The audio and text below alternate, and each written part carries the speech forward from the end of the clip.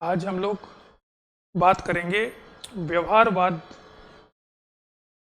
के बारे में और व्यवहारवाद के बाद में उत्तर व्यवहारवाद के बारे में। कल मैंने व्यवहारवाद के बारे में बताया था आपको, काफ़ी कुछ थोड़ी सी बात रह गई थी, उसको आज हम लोग समाप्त करेंगे। देखिए, व्यवहारवाद में जो बात हमने की थी वो थी कि व्यवहारवाद का क्या अर्थ है। पहली बात, व्यवहारवाद की उत्पत्ति कैसे हुई, उसके स्रोत क्या क्या है जहाँ से व्यवहारवाद आया, फिर व्यवहारवाद की विशेषताएं क्या क्या हैं। मेरे ख्याल से ये हमने किया था। इसको हम वापस से 2 मिनट में मैं वापस से आपको बता देता हूँ।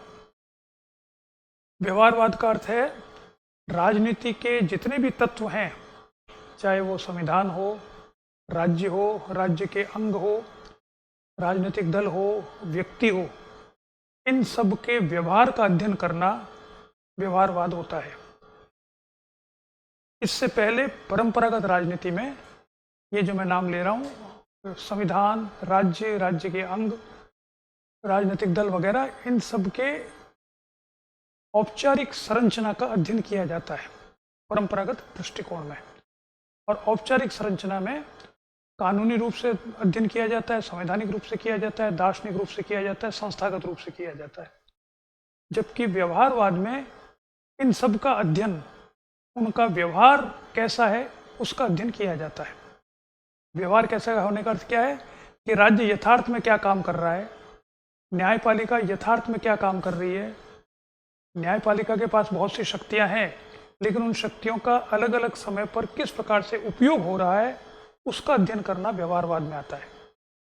चुनाव की एक पद्धति होती है, जैसे प्रजातंत्र में चुनाव होते हैं, तो चुनाव की जो पद्धति है, उस चुनाव की पद्धति में हम देखते हैं कि बहुत से कानून होते हैं, लेकिन उसके आधार पर जो चुनाव होते हैं उनमें लोग वोट कैसे डालते हैं उसका अध्ययन करना व्यवहारवाद का अध्ययन करना है। तो व्यवहारवाद का अर्थ क्या हुआ कि राजनीति के तत्वों के व्यवहार का अध्ययन करना, ये उसका तथ्य है। उसके स्रोत क्या है, कहाँ से आया ये, क्यों आया ये।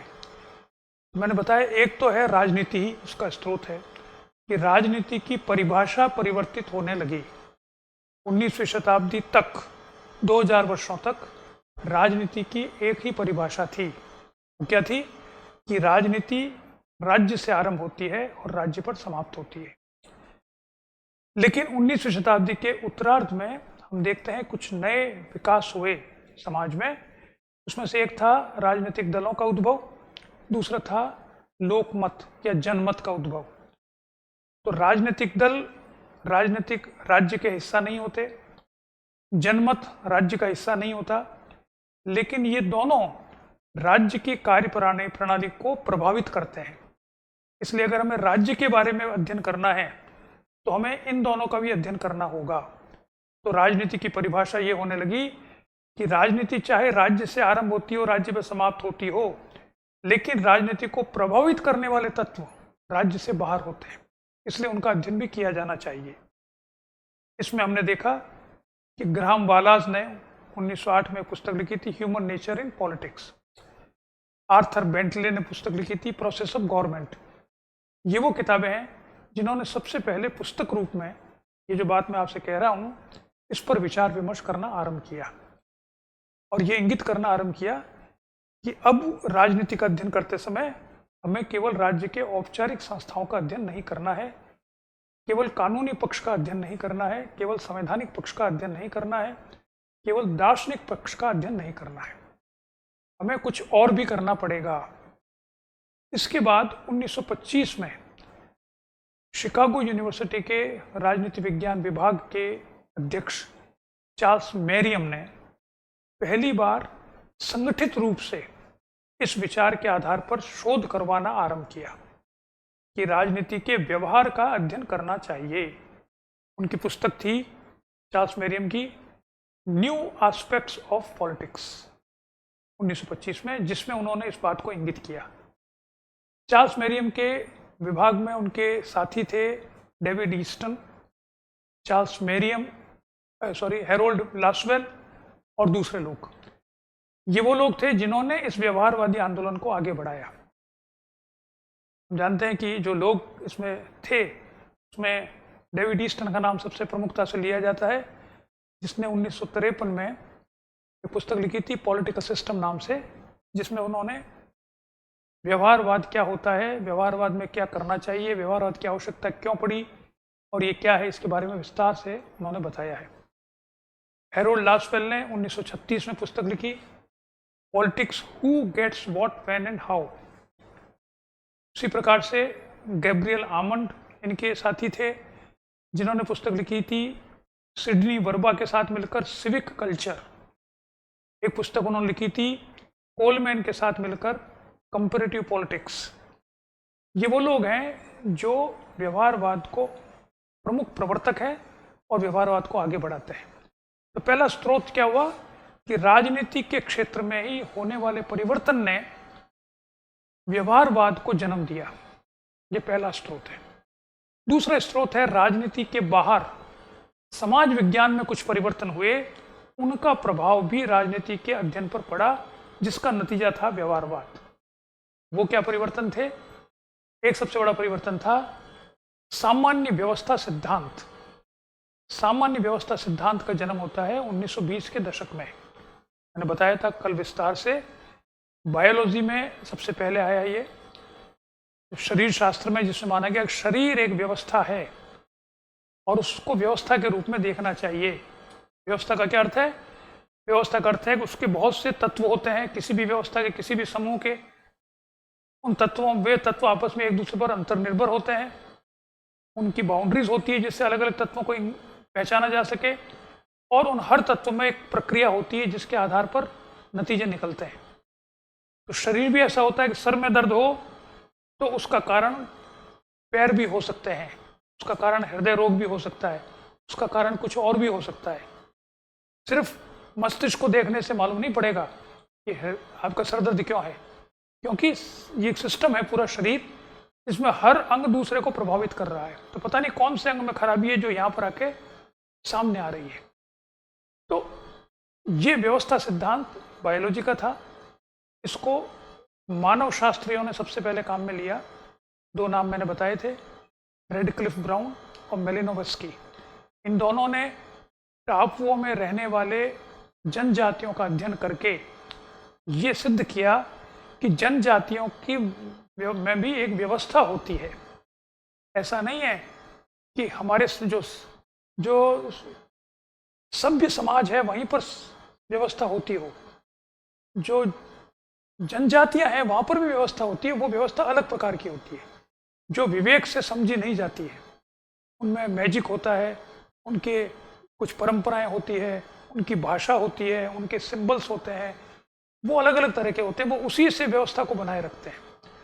तो एंथ्रोपोलॉजी से आया कि मानव समाज कोई भी हो वो एक व्यवस्था होती है। उसके पश्चात इस विचार को समाजशास्त्रियों ने लिया, और समाजशास्त्रियों में कौन थे? टालकट पार्सन और रॉबर्ट मर्टन। इन दोनों व्यक्तियों ने इस पर बहुत काम किया और उन्होंने समाज को एक व्यवस्था के रूप में स्थापित करने का प्रयास किया। समाज एक व्यवस्था है और व्यवस्था के रूप में समाज को देखना चाहिए। इनसे डेविड ईस्टन ने प्रेरणा लेकर राजनीतिक व्यवस्था शब्द का इस्तेमाल किया और उसको राजनीति में प्रयुक्त किया, जो व्यवहारवाद की सबसे प्रमुख अवधारणा है। तो ये दूसरा स्रोत हुआ। क्या हुआ कि समाज विज्ञान में जो परिवर्तन आ रहे थे, उन परिवर्तनों का प्रभाव राजनीति के अध्ययन पर पड़ा और व्यवहारवाद सामने आता है। तीसरा जो मैंने बताया था वो था दर्शन में क्या परिवर्तन आए। तो दर्शन में एक नया दर्शन 1920 के दशक में आरंभ होता है। इसका नाम है तार्किक प्रत्यक्षवाद, लॉजिकल पॉजिटिविज्म। तार्किक प्रत्यक्षवाद को मैंने बहुत विस्तार से बताया था कि प्रत्यक्षवाद क्या होता है और प्रत्यक्षवाद से तार्किक प्रत्यक्षवाद कैसे बनता है, कौन लोग थे। मूलतः दो बातें इसमें हैं। एक बात तो यह है कि वही बातें सही है या यूजफुल है जो या तो तर्क से समझी जा सके या अनुभव से जिनका ज्ञान प्राप्त हो सके। अगर ऐसा नहीं है तो बाकी सब चीज़ें बेकार है, उसका कोई मतलब नहीं है। They are useless statement. जैसे मेटाफिजिक्स है, मेटाफिजिक्स यानी जो इस पदार्थ से परे है उसके बारे में बात करना इसे कहते हैं अनर्गल है। ईश्वर है या नहीं इसके बारे में बात करना अनर्गल बात करना है, क्योंकि उसका कोई मतलब नहीं है। ये किनका कहना था? लॉजिकल पॉजिटिविस्ट का, जिन्हें वियना सर्किल भी कहा जाता है, जिसमें बहुत से विचारक थे। मैंने कल बताया था श्लिक जिसने स्थापित किया था, जिसकी हत्या कर दी गई थी। उसके बाद में कार्नेप थे, उसके बाद में कार्ल पॉपर थे, विटिंगस्टाइन थे, बहुत से लोग थे जो इस वियना सर्किल से जुड़े हुए थे, या जिसे हम कहते हैं जो दर्शन है वो है लॉजिकल पॉजिटिविज्म। इस दर्शन का प्रभाव ये पड़ा कि समाज में किसी का भी अध्ययन करना हो तो वो अध्ययन तभी सही अध्ययन होगा अगर वो तार्किक रूप से जिसको समझा जा सके और जो अनुभव पर आधारित हो। और ऐसा तभी संभव है जब हम वैज्ञानिकता की दृष्टि से अध्ययन करें। तो जो पद्धति है उसको इन्होंने महत्व दिया, और पद्धति क्या है? वैज्ञानिकता की पद्धति, साइंटिफिक मेथड। इसका प्रभाव राजनीति के अध्ययन पर पड़ता है, और राजनीति में वैज्ञानिक पद्धति जब लागू करते हो तो व्यवहारवाद सामने आता है। तो ये मैंने बता दिया आपको विस्तार से जो स्रोत हैं व्यवहारवाद के, व्यवहारवाद कहाँ से आया। ठीक है, फिर व्यवहारवाद की विशेषताएं मैंने कल डिटेल में बता दी थी आपको कि व्यवहारवाद की क्या विशेषताएं हैं। अनुभववाद है, वस्तुनिष्ठता है, मात्रात्मक विधियां हैं, व्यवहार का अध्ययन है, अंतर विषयक दृष्टिकोण है, सामान्यकरण है और सिद्धांत निर्माण है। आज अब इससे आगे चलते हैं हम लोग, ये हमने देख लिया था। आज देखते हैं इसका योगदान क्या है, यानी ये व्यवहारवाद तो आ गया, इस व्यवहारवाद का क्या असर हुआ राजनीति के अध्ययन पर। जो बहुत ज़्यादा, वो बाद में करेंगे, बाद में, जो बहुत ज़्यादा इससे प्रभावित हैं या इसके समर्थक हैं वो तो मानते हैं कि व्यवहारवाद ने राजनीति के चिंतन को पूरा उलटफेर कर दिया। सो बिहेवियरलिज्म इज ए रिवोल्यूशन। और ये कहा गया अगर व्यवहारवाद एक क्रांति है। क्रांति का अर्थ क्या होता है? जो मूल चूल बातें हैं उनको परिवर्तित कर दे, जो मूल बातें हैं उसको परिवर्तित कर दे तो क्रांति हो जाती है। जैसे कहीं पर, जैसे हमारे यहाँ चुनाव होते हैं कहीं किसी देश में, तो चुनाव में सरकारें बदलती है उसको क्रांति नहीं कहते, लेकिन चुनाव में वो चुनाव होने ही बंद हो जाए और नई व्यवस्था आ जाए तो हम कहेंगे ये क्रांति हो गई। जैसे होती तख्ता पलट, तो वो क्रांति होती है कि आपने वो व्यवस्था ही खत्म कर दी। तो इनका मानना था, जो इसके प्रवर्तक थे जिसमें डेविड ईस्टन भी प्रमुख था, कि बिहेवियरल इज ए रिवोल्यूशन। व्यवहारवाद एक क्रांति है। क्यों है क्रांति, इसको पहले देखें हम, फिर देखें योगदान।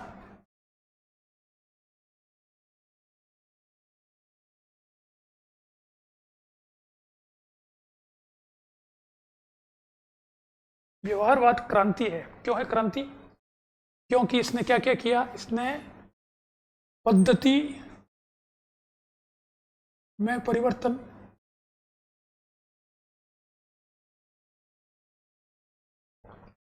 यानी राजनीति का अध्ययन कैसे किया जाए, राजनीति का अध्ययन कैसे किया जाए इसको परिवर्तित कर दिया पूर्ण रूप से। पहले क्या होता था? दार्शनिक पद्धति, कानूनी पद्धति, संस्थागत पद्धति। अब क्या हो गया? वैज्ञानिक पद्धति। तो ये पूर्णतः नई पद्धति आपने इंट्रोड्यूस कर दी।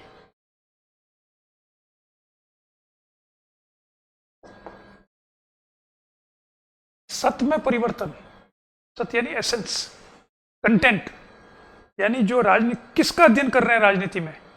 पहले अध्ययन कर रहे थे संस्थाओं का, संविधानों का, दार्शनिक मूल्यों का। अब अध्ययन किसका कर रहे हैं? व्यवहार का। तो कंटेंट चेंज कर दिया हमने पद्धति चेंज कर दी, और हमने अवधारणाएं नहीं बदल दी।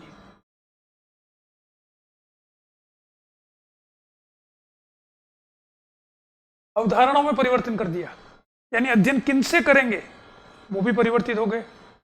पहले क्या थे? राज्य, अधिकार, स्वतंत्रता, समानता, न्याय, इनसे अध्ययन होता था। अब क्या हो गया? राजनीतिक व्यवस्था, संरचनात्मक, प्रक्रियात्मक राजनीतिक विकास, राजनीतिक संस्कृति, ये नई अवधारणाएं सामने आ गई। राजनीतिक संप्रेषण, इनसे अध्ययन किया जाने लगा। तो जब डेविड ईस्टन वगैरह कहते हैं कि जब ये तीनों चीजों में परिवर्तन हो गया तो इसका अर्थ क्या है कि व्यवहारवाद एक क्रांति है, सब कुछ बदल दिया उन्होंने। ये इनके कहने वालों का था, ठीक है। लेकिन सब इससे सहमत नहीं होते, नेचुरली सब तो सहमत होंगे नहीं। इसके वो देखेंगे आलोचना क्या करते हैं, तब हम की बात करेंगे। लेकिन इसे क्रांति कहना चाहिए नहीं कहना चाहिए, उसके तर्क ये हैं, अगर आप कहना चाहो तो। अब इसका योगदान क्या हुआ, ये तो उसको एक पक्ष है इसका कि इसने आमूलचूल परिवर्तन कर दिया। पहला योगदान इसका ये है, इसकी हम बात करेंगे।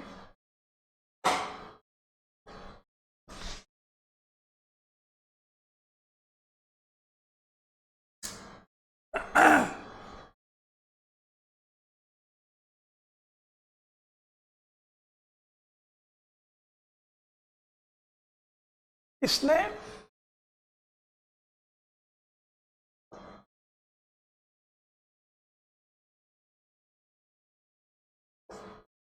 अध्ययन को व्यवस्थित बनाया, सिस्टमेटाइज किया। इससे पहले अध्ययन जो होता था वो बिखरा हुआ था। बिखरा हुआ किस अर्थ में था कि वो हर दार्शनिक या हर विचारक अपनी तरह से चीजों की व्याख्या करता था और उसको छोड़ देता था। प्लेटो कहता है कि आदर्श राज्य वो होगा, कौन सा होगा, जिसमें जो न्याय पर आधारित हो। और हॉब्स कहता है कि आदर्श राज्य वो होगा जिसमें सारे सिटीजन नागरिक शक्तिहीन हो जाए और सारी शक्तियां राज्य के पास आ जाए। अब आप इसकी बात मानो, इसकी बात मानो, कैसे करो। तो हर दार्शनिक जो उससे पहले हुए 19वीं शताब्दी तक, वो बिखरे हुए थे। उन्होंने अपने अपने हिसाब से आदर्श राज्य क्या हो इसके बारे में बात करी। जब व्यवहारवाद आया तो इन्होंने क्या किया, पिन पॉइंट किया। जैसे अमेरिका का राष्ट्रपति का चुनाव हो रहा है, तो अमेरिका का राष्ट्रपति के चुनाव में ये जीतेगा या ये जीतेगा, इस पर सारा अध्ययन है, तो व्यवस्थित हो गया। वो ये नहीं कर रहे अध्ययन कि इनसे क्या, कौन सी आइडियोलॉजी है, कौन से। आप देखिए आजकल जितने भी अखबार हैं, अमेरिका के अखबार, New York times, economist, Washington post, इनको पढ़ें आप। इसमें 5-5, 10-10 आर्टिकल आ रहे हैं रोज। किस पर आ रहे हैं कि कमला हैरिस आगे बढ़ गई है, कि डोनाल्ड ट्रंप आगे बढ़ गया है, इसने यहाँ से आगे बढ़ गई है, वो ये वहाँ से आगे बढ़ गया, इसकी स्ट्रेटेजी में ये गड़बड़ है, इसकी स्ट्रेटेजी में ये फायदा है। यानी इट इज़ ए व्यवस्थित। पॉलिटिकल साइंटिस्ट सारे लिख रहे हैं, वो जो लिखने वाले पॉलिटिकल साइंटिस्ट हैं, वो बिल्कुल क्लियर कट उनका ऑब्जेक्टिव है कि इस चुनाव का विश्लेषण प्रस्तुत करना और उसका व्यवस्थित ढंग से तर्क सहित, डेटा सहित वो विश्लेषण कर रहे हैं और वो जनता के समक्ष प्रस्तुत कर रहे हैं। तो ये हम कह सकते हैं व्यवस्थित अध्ययन बिहेवियरलिज्म का सबसे बड़ा, जिसे हम कह सकते हैं, योगदान है। दूसरा, राजनीतिक भागीदारी।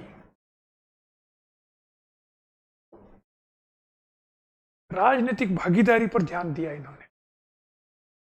इन्होंने केवल संस्थाओं का अध्ययन नहीं किया।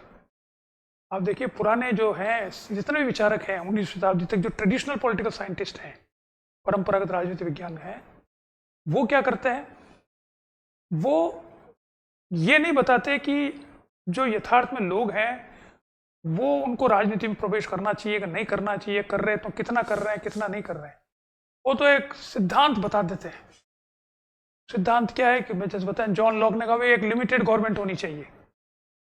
अब उसमें जो एक्चुअल लोग हैं वो वोट दे रहे हैं कि नहीं दे रहे हैं, उनको देना चाहिए, कितना उन्हें वोट दिया, क्यों नहीं दिया, इसके बारे में वो कोई बात नहीं बताता।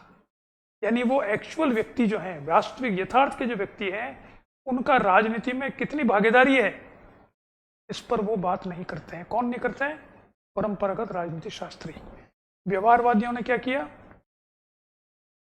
राजनीतिक भागीदारी सुनिश्चित की। मैंने बताया, अभी उदाहरण दिया आपको, अमेरिका में चुनाव होने वाले राष्ट्रपति के, तो जो आर्टिकल्स आ रहे हैं उन सब आर्टिकल्स में किसी न किसी रूप में ये बताया जाता है कि भाई आप वोट दें। Excuse me. यानी वो एक जॉर्जिया एक स्टेट है, अब जॉर्जिया में कौन आगे चल रहा है, कौन पीछे चल रहा है, ये बताते बताते वो कहेंगे साहब इसमें वोट अगर सही पड़े तो हो सकता है ये जीते, कम पड़े तो ऐसा हो सकता है। यानी वो सारे किसी न किसी रूप से, अप्रत्यक्ष रूप से या प्रत्यक्ष रूप से, ये तय करते हैं, ये लोगों को बताते हैं, गाइड करते हैं कि आपको वोट देना चाहिए।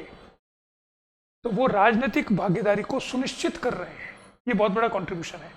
यानी आप पॉलिटिकल साइंटिस्ट हो और आप पॉलिटिकल साइंस की ऐसी बातें कर रहे हो, हमें आपको लोगों को बता ही नहीं रहे हो कि आपको राजनीति इतनी महत्वपूर्ण है कि आपको हिस्सेदारी करनी चाहिए, तो आपका क्या योगदान है। तीसरी बात है महत्वपूर्ण, वो है तुलनात्मक राजनीति का जन्म।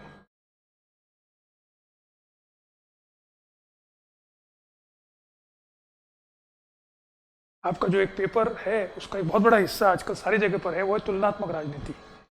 ये तुलनात्मक राजनीति व्यवहारवाद की देन है। उससे पहले तुलनात्मक राजनीति नहीं होती थी। कोई ये नहीं करता था कि हॉब्स के विचारों को कार्ल मार्क्स के विचारों से तुलना करें। हॉब्स अलग है, कार्ल मार्क्स अलग है, प्लेटो अलग है, अरिस्टो अलग है, इनकी क्या तुलना हो सकती है? हो ही नहीं सकती। लेकिन व्यवहार का अध्ययन करने पर व्यवहार की तुलना की जाने लगी। जो आमंड और पावेल ने की सिविक वर्च्यू, उन्होंने क्या किया, जो डेवलपिंग कंट्रीज हैं उनके देशों का अध्ययन किया, व्यवहारों का, और आपस में तुलना करी। तो तुलनात्मक राजनीति को जन्म देने वाले आमंड पावेल, आमंड कोलमैन है, जिन्होंने जन्म दिया। फिर बाद में और बहुत से लोगों ने प्रजान, आर्नोल्ड लेचपर्ट है, आर.एन. लेचपर्ट की किताब है पैटर्न्स ऑफ डेमोक्रेसी, लिचपर्ट की किताब है, उसमें उसने 50-60 डेमोक्रेसीज की तुलना करी है। तो ये तुलना करना और उससे एक नतीजे पर पहुंचना, जो सबसे पहले किसने की थी? अरस्तु ने की थी। उसके बाद किसी ने तुलना नहीं की। अरस्तु ने कोशिश की थी, उसके बाद 2000 वर्षों तो किसी ने कोशिश नहीं करी। अब व्यवहारवाद के आने के बाद में राजनीतिक व्यवहारों की तुलना हो रही है अलग अलग देशों के लोगों की, और उससे कोई नतीजा निकालने का प्रयास किया जा रहा है। ये बहुत बड़ी अवदान या योगदान आप मान सकते हैं, वो है किसका? वो है व्यवहारवाद का। ठीक है, अब इसी के साथ साथ इसकी सीमाएं क्या क्या है।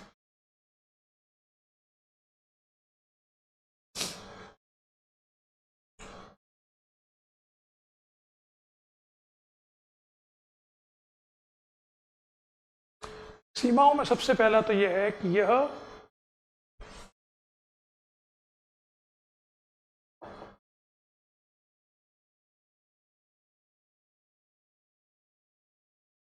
संकीर्ण दृष्टिकोण है। संकीर्ण दृष्टिकोण का क्या मतलब? कि आप देखो, जैसे मैंने अभी उदाहरण दे रहा हूं, फिर अमेरिकन राष्ट्रपति का वो चुनाव हो रहे हैं। अब वो सब राजनीति विज्ञानी पूरे सब 24 घंटे उन चुनावों को विश्लेषण कर रहे हैं। अरे भाई, दुनिया में और भी तो बहुत सी बातें हो रही है, उसमें भी तो बात करो, उस पर वो करे। सबसे महत्वपूर्ण काम ये है कौन जीत रहा है, हम तो इस पर ध्यान दे रहे हैं। और उसमें भी वो उसके विचारों पे ध्यान नहीं दे रहे कि कंजर्वेटिज्म क्या होता है, कि ये लिबरलिज्म क्या होता है, डेमोक्रेसी क्या होती है। वो तो कह रहे हैं चुनाव कैसे जीता जा रहा है, इस पे ध्यान दे रहे हैं सिर्फ। They are not concern about the ideas. वो आइडियाज की बात नहीं कर रहे हैं, ना वो बात कर रहे हैं किसी दर्शन की। वो बात क्या कर रहे हैं? सिर्फ वो कर रहे हैं सिर्फ विचारों की। सॉरी, विचारों की नहीं, वो बात कर रहे हैं सिर्फ व्यवहार की। तो ये व्यवहार पे ही बात करने का मतलब ये है कि ये दृष्टिकोण उनका बहुत ही संकीर्ण दृष्टिकोण है। ठीक है, दूसरा ये है कि इसके साथ साथ इसी में वो जो मैंने अभी बताया उसी को पॉइंट्स में कर सकते हैं, मानक मुद्दों की का अभाव। मानक मुद्दे क्या होते हैं? जो सही गलत में अंतर करते हैं। आपका ये सही है या गलत है, यानी वो ये बहस नहीं कर रहे कि अमेरिका में किसके जीतने से सही होगा। वो तो सिर्फ राजनीतिक दल के जो लोग हैं वो कहते हैं कि हमको जिताओ, वोट दो तो हम अच्छा करेंगे। लेकिन जो राजनीति विज्ञानी हैं, जिनका ये दायित्व है कि वो ये देखें और ये बताएं जनता को, दुनिया को, कि इसके जीतने से ये लाभ होगा, इसके जीतने से ये ऐसा होगा, ऐसा नहीं बता रहे वो। न वो एथिकल प्रश्न को पे बहस कर रहे। आज रूस और यूक्रेन में 1 साल से लड़ाई चल रही है, उससे ज़्यादा कोई इस पर बहस नहीं कर रहा है। बिहेवियरलिस्ट जो है जितने भी, भाई ऐसी लड़ाई नहीं होनी चाहिए, शांति होनी चाहिए, या इस लड़ाई का क्या इम्पैक्ट होगा, ये लड़ाइयाँ क्यों होती है, लड़ाइयों को बंद कैसे किया जाए, इस पर बहस कोई नहीं कर रहा। वो तो सिर्फ ये कह रहे हैं ये जीत रहा है, ये जीत रहा है, ये हार रहा है, ये जीत रहा है, ऐसा करेगा तो ये जीतेगा, इसका ये नुकसान होगा, तेल की कीमतें बढ़ जाएगी, वो हो जाएगी। यानी बिल्कुल प्रैक्टिकल बातें कर रहे हैं, जिसका मानक जो है आपके, जो आपके मापदंड हैं जीवन के, उन मापदंडों पर किसी प्रकार से बात नहीं की जाती। तीसरी बात कि मात्रात्मक तरीकों पर निर्भर,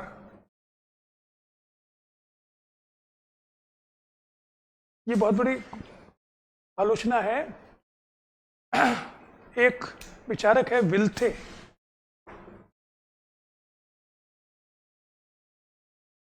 समाजशास्त्री है, उसने सबसे पहले ये बात कही कि ये जो सोशल साइंस आप कहते हो, समाज विज्ञान, ये वास्तव में क्या है? ह्यूमन साइंस है। ये गलत शब्द काम में लेते हैं हम, समाज विज्ञान। वो कहता है मानव विज्ञान है।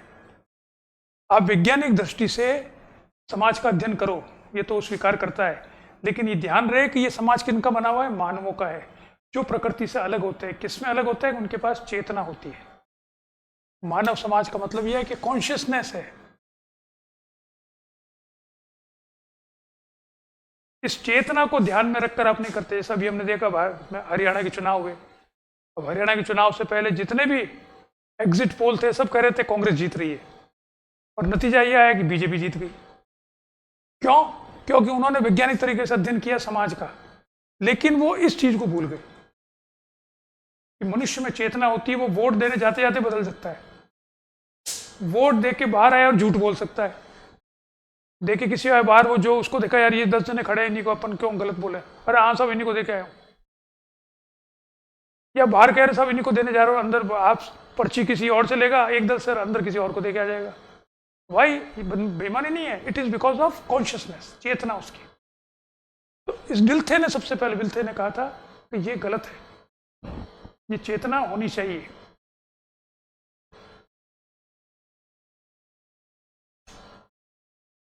इस कारण से मात्रात्मक तरीकों पर निर्भर होने पर, विल्थे है डिल्थे है पता नहीं, ध्यान भूल गया मैं, नाम भूल रहा हूं मैं, विल्थे या डिल्थे जो भी है, ये ज़्यादा अपने काम का नहीं है। अपने काम की सिर्फ उदाहरण है कि मात्रात्मक तरीकों का पर अत्यधिक निर्भर होने से, स्टेटिस्टिक्स पर निर्भर होते हो, जैसे आता है चुनाव का विश्लेषण, इतना स्विंग हो गया, इतना स्विंग हो गया, तो उससे भैया आपने एक्चुअल का तो आपको पता ही नहीं, ये तो आपने ज़बरदस्ती जो डेटा कलेक्ट किया उसके आधार पर आप समझ रहे हो आप मास्टर हो गए, जबकि आप मनुष्य के बारे में क्या है वो आप मालूम नहीं कर सकते। तो ये इसकी बहुत बड़ी लिमिटेशन है। जैसे भारत के बारे में कहा जाता है कि भारत में 2 चीज़ों के बारे में कोई भविष्यवाणी नहीं हो सकती, चुनाव कौन जीतेगा और फिल्म कौन सी हिट होगी। कोई बता सकता है कौन सी फिल्म हिट होगा? आप देखिए 1975 में एक पिक्चर आई थी शोले, आपने सुनी है नाम, सुपर डुपर हिट थी। कितनी हिट थी वो? That was full of violence, हिंसा पर आधारित थी। एक आदमी दूसरे से रिवेंज ले रहा है, उसके हाथ काट दिए, वो उसका रिवेंज लेने के लिए 2 आदमियों को बुला के लाया और उसने उसको बहुत मार दिया। ये तो पिक्चर है वो, रिवेंज पर बेस्ड। तो जो देखने वाले उनको वो देखने जाएंगे जिनको गुस्सा आता हो, जिनको हिंसा पसंद होगा, और कितना अच्छा हुआ, क्या अच्छी हिंसा हुई, ये देखने का ऊपर सुपर हिट हो गई। 1994 में पिक्चर आई हम आपके हैं कौन, वो भी सुपर हिट हो गई। वो बिल्कुल फैमिली है कि एक फैमिली दूसरी फैमिली से शादी होती है, लड़का लड़की की, बस वो शादी की रील है वो। तो अब आप बताइए कि वो कोई दूसरे लोग थे क्या जो उसको देखने गए? और उस पिक्चर में दूसरे लोग थे क्या? लोग तो वही है पिक्चर देखने वाले। तो उनको ये भी पसंद आ गया कभी, कभी ये भी पसंद आ गई। अब शोले के रीमेक बहुत सारे बने, उनका यार ये हिट हो गया, फॉर्मूला ऐसे बनाया, 1000 पिक्चर आई, सब फ्लॉप हो गई। इसके बहुत सारे बने, वो सब फ्लॉप हो गए।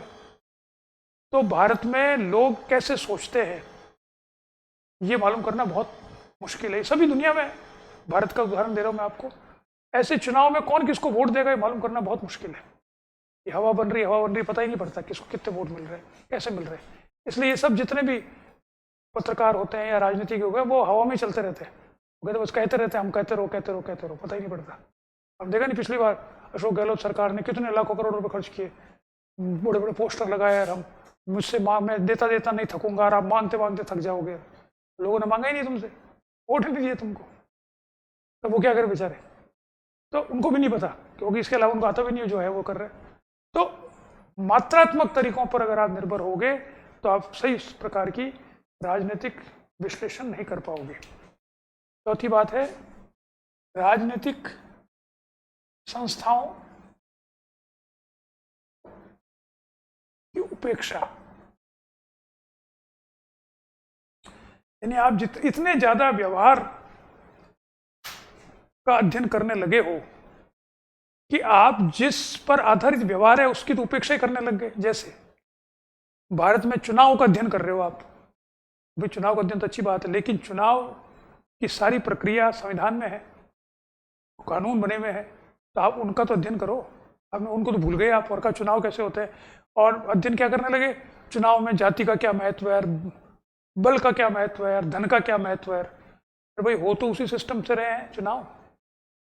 चुनाव आयोग बना हुआ है, वो चुनाव आयोग के नियम बनाता है, उस नियमों के अंतर्गत चुनाव हो रहे हैं। तो उन राजनीतिक संस्थाओं का जो महत्व है, जिसके अंतर्गत ये राजनीतिक व्यवहार हो रहा है, उसको तो आप भूल गए पूरा, और क्या कर रहे हो, सिर्फ व्यवहार का अध्ययन कर रहे हो। तो ये एक और इनकी आलोचना की जाती है कि राजनीतिक संस्थाओं की उपेक्षा की जाती है। और अंतिम है कि वास्तविक राजनीति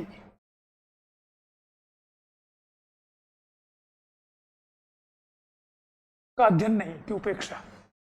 वास्तविक राजनीति का अर्थ क्या होता है, वास्तविक राजनीति जो होती है वह मूल्य भी होते हैं और व्यवहार भी होता है।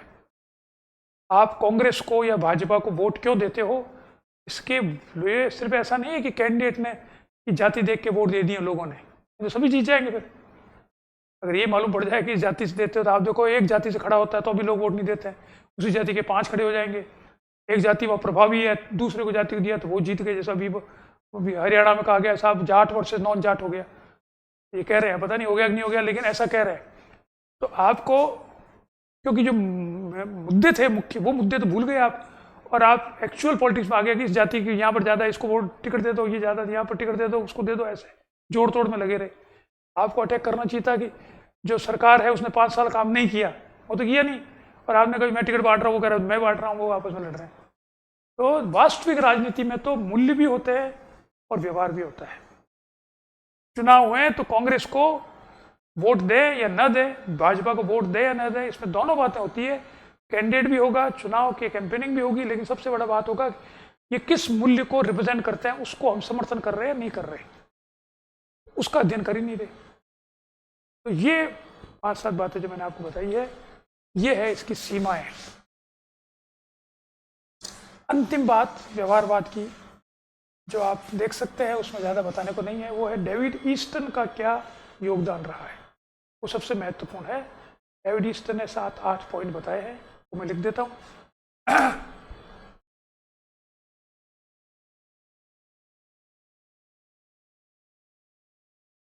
उसने बताया फाउंडेशंस ऑफ बिहेवियरलिज्म, जो उसकी किताब है राजनीतिक व्यवस्था में, कि व्यवहारवाद का आधार क्या है। उसने 8 बातें बताई है। कौन कौन सी हैं? नियमितता,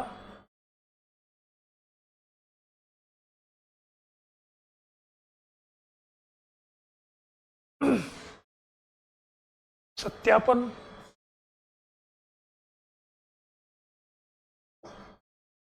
तकनीक,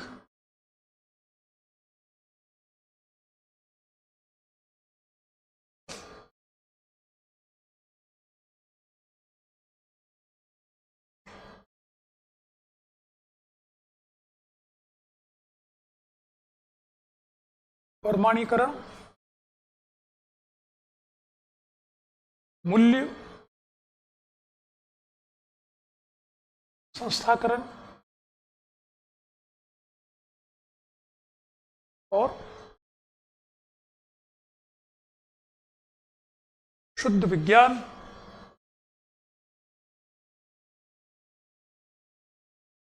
तथा अंतिम है उसका एकीकरण।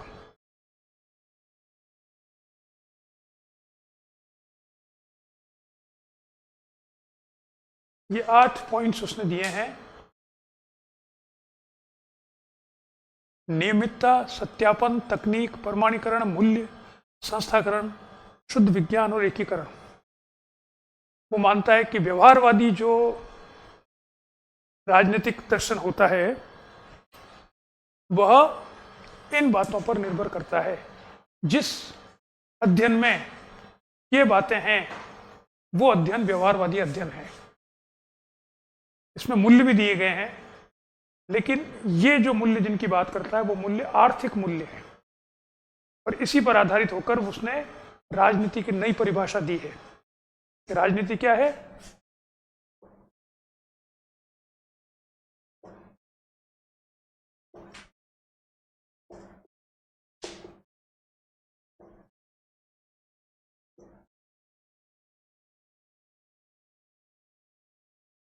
राजनीति मूल्यों का अधिकृत वितरण है, और ये मूल्य जो है ये आर्थिक मूल्य है, ये एथिकल मूल्य नहीं है, सही गलत में अंतर करने वाले मूल्य नहीं है जो नैतिक मूल्य होते हैं। ये मूल्य है आर्थिक, यानी रिसोर्सेज जिसे हम कहते हैं, स्रोत। नौकरी एक आर्थिक मूल्य है, बिजनेस एक आर्थिक मूल्य है, जो आपको आवंटन होता है किसी चीज का, जमीन का आवंटन हो, फैक्ट्री का आवंटन हो, कोई चीज को करने का परमिशन हो, वो सब मूल्य होते हैं आर्थिक, जो आपकी आर्थिक स्थिति को प्रभावित करते हैं। उन सब का वितरण अधिकृत रूप से जो करता है, जिस तरह से होता है, वो राजनीति है।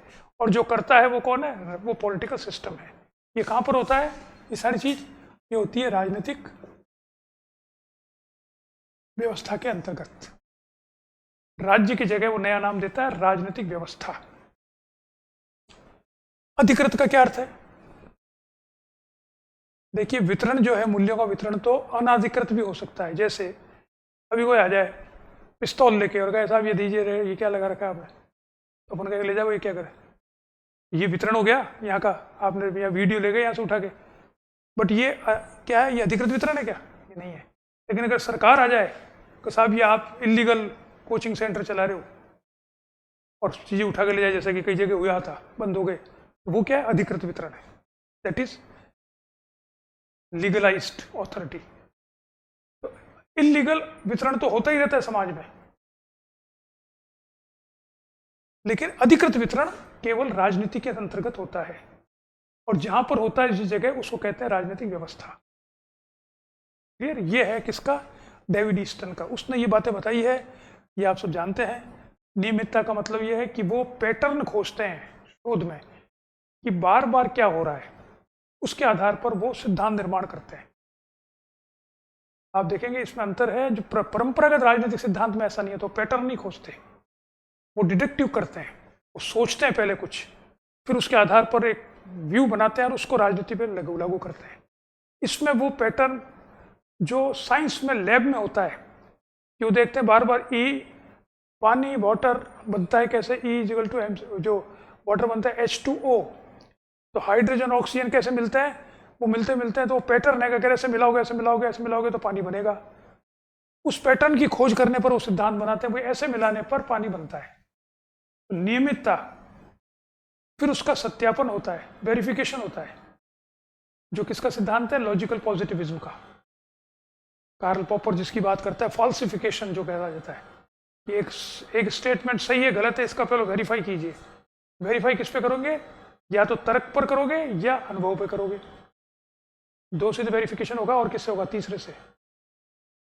फिर वो टेक्निक्स क्या है आपकी, कौन सी टेक्निक होनी चाहिए? साइंटिफिक मेथोडोलॉजी होनी चाहिए, जिसका प्रमाणीकरण यानी सिस्टमेटाइजेशन, जिसके बाद में आता है क्वांटिफिकेशन, यानी डेटा कलेक्ट करके डेटा को क्लासिफाई करना, ये प्रमाणीकरण है।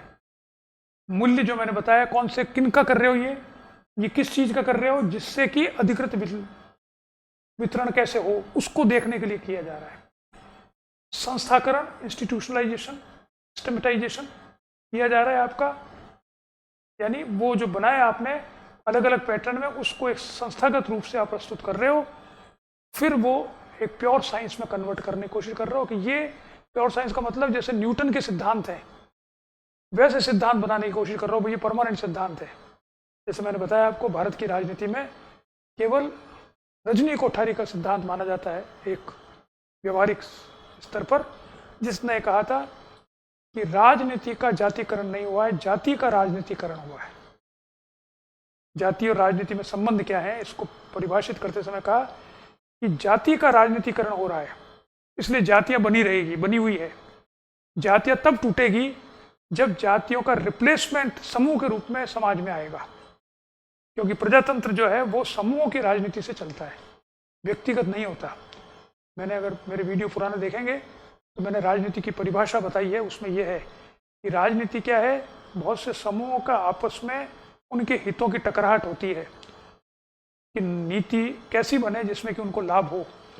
तो समाज में बहुत से समूह होते हैं, ABCDE, तो हर नई नीति बनाते थे पहले उन समूहों में टकराहट होती, फिर कुछ एक ग्रुप बन जाता है, A और C एक हो जाते हैं, B और D एक हो जाता है, कभी A और B एक हो जाता है, कभी C और D एक हो जाता है। ये चलता रहता है जो भारत में जातियों में चलता है। कभी ये दो जाति एक हो गई, कभी वो दो जाति एक हो गई। तो ये बने बनाए समूह भारत में मिल गए, इसलिए प्रजातंत्र यहाँ अभी तक चल रहा है। यानी प्रजातंत्र के सर्वाइव करने का बहुत बड़ा कारण है भारत का जाति प्रथा। जाति प्रथा तब अगर समाप्त कर दी और कोई नए ग्रुप नहीं बने तो प्रजातंत्र समाप्त हो जाएगा, ये माना जाता है। इसके नए ग्रुप कब बनते हैं, जब इंडस्ट्रियलाइजेशन से, औद्योगिकरण से, या तो प्रोफेशंस के ग्रुप बने। कोई समूह जाति के अलावा क्या समूह बन सकते हैं जो वे पश्चिम में है? शराब बेचने वालों का समूह, प्रोफेशन कहोगे, टीचर्स का समूह, स्टूडेंट्स का समूह, ये मॉडर्न समूह है। छात्रों का समूह बन गया, शिक्षकों का बन गया, व्यापारियों का बन गया, ट्रांसपोर्टर्स का बन गया, जमीन का बिजनेस करने वालों का बन गया। ये सब अलग अलग समूह है। अगर वो इतने स्ट्रांग हो जाए पॉलिटिकली कि डेमोक्रेसी में ये जो नेता है ये उनके पास जाने लगे तो जातियां खत्म हो जाएगी, नहीं तो नहीं होगी। नेता कहते हैं कि जातियों खत्म करने की क्या जरूरत है, हम कंफर्टेबल है, जमे जमाए नेता है, जमे जमाई बातें हैं, हम उन्हीं के साथ जाएंगे ना, नए को क्यों आने देंगे। इसलिए जातियों को समाप्त न करने में नेताओं की बहुत बड़ी भूमिका है। व्यक्ति तो समाप्त कर ले, इंटरकास्ट मैरिज कर लिया आपने तो वो समाप्त हो जाती है जाति, लेकिन वो जो बच्चा इंटरकास्ट मैरिज करता है 20-25 साल में, वो जाति नहीं समझता, वो जब 50 का होता है तब वो जातिवादी बन जाता है। वही बच्चा चाहे इंटरकास्ट मैरिज हो, लेकिन वो जातिवादी बन जाएगा। क्यों? क्योंकि तब वो देखेगा राजनीति में हमको लाभ कैसे मिलेगा, हम इस ग्रुप में रहें। तो 25 साल में तो उसको लाभ की उसको समझ नहीं होती है, वो तो अपना व्यक्तिगत लाभ देखता है। मेरे को इस स्त्री को देखते हैं, ये पुरुष अच्छा है, पुरुष देखते हैं स्त्री अच्छी है, इसके साथ रहो। तो 35 साल के 50 साल के हो जाते हो तब सोचते यार बच्चों की नौकरियां नहीं लगी है, मकान नहीं मिल रहा है, हमको प्रमोशन नहीं मिल रहा है। तब लोग धीरे धीरे सुनाते अरे यार तुम इस जाति को इसलिए नहीं मिल रहा, तुम जातिवादी नहीं हो, तो वो जातिवादी बन जाते हैं। ये जातिवादी बनना कब बंद होंगे? जब ये जो समूह है दूसरे, कौन से, जो प्रोफेशंस पर आधारित है, जो गिल्ड सोशलिज्म जिसकी बात की थी, जो गिल्ड पे आधारित है, एक फैक्ट्री के ओनर्स एक समूह, ये सब जातियों में कन्वर्ट हुए हुए हैं। स्वर्णकारों का समूह का मतलब है सोनियों को इकट्ठा करो, ये नहीं होना चाहिए। स्वर्णकार का मतलब प्रोफेशन वालों को इकट्ठा करो। लेकिन यहाँ भारत में प्रॉब्लम यह है कि अधिकतर प्रोफेशन जातियों पर आधारित है। भाई जमीनें हैं तो जमीनें तो जाटों के पास है, विष्णुओं के पास है, ब्राह्मणों के पास थोड़ी है, बड़ियों के पास थोड़ी है। तो जमीनों का करने पर क्या वो कहते हैं ना भूमिपुत्र है हम। हमारे साथ थे एक प्रोफेसर, वो कह रहे थे भूमिपुत्र है। तो एक दिन मेरे को बड़ा गुस्सा है, मैंने कहा यार हम क्या आसमान से आएंगे, आप तो भूमिपुत्र, हम आसमान से टपके आएंगे, हम भी भूमिपुत्र। तुम्हारे पास जमीन है, हमारे पास नहीं है, यही तो अंतर है। भूमिपुत्र कहाँ से हो गए, स्पेशल क्या हो गया? और वो जाति पॉलिटिक्स करे तो वो अपने आप को भूमिपुत्र कहेंगे, या ऐसे जो भी करते हैं। तो मेरा कहने का मतलब ये है कि ये शुद्ध विज्ञान बनाने की कोशिश करते हैं, वो बन नहीं पाता है। लेकिन इसकी ये है, ये आइडियलिस्टिक है ये आधार। और लास्ट में एकीकरण मतलब राजनीतिक अध्ययन को दूसरों के अध्ययन से जोड़ा जाए। समाज का अध्ययन जो है वो राजनीतिक अध्ययन है, धर्म का अध्ययन है, दर्शन का अध्ययन है, ये सब जुड़कर एक एकीकरण होकर एकीकृत एक सिद्धांत का निर्माण हो, ये करने का प्रयास किया जाए। ये आपका जो है मूल रूप से जिसे हम कह सकते हैं कि व्यवहारवाद है। क्लियर? चलिए आज देखते हैं, कल इसके आगे उत्तर व्यवहारवाद और 71 के बाद में क्या हुआ इसको थोड़ा सा देखेंगे हम, फिर नया सेक्शन शुरू होगा आपका। ठीक है, नमस्कार।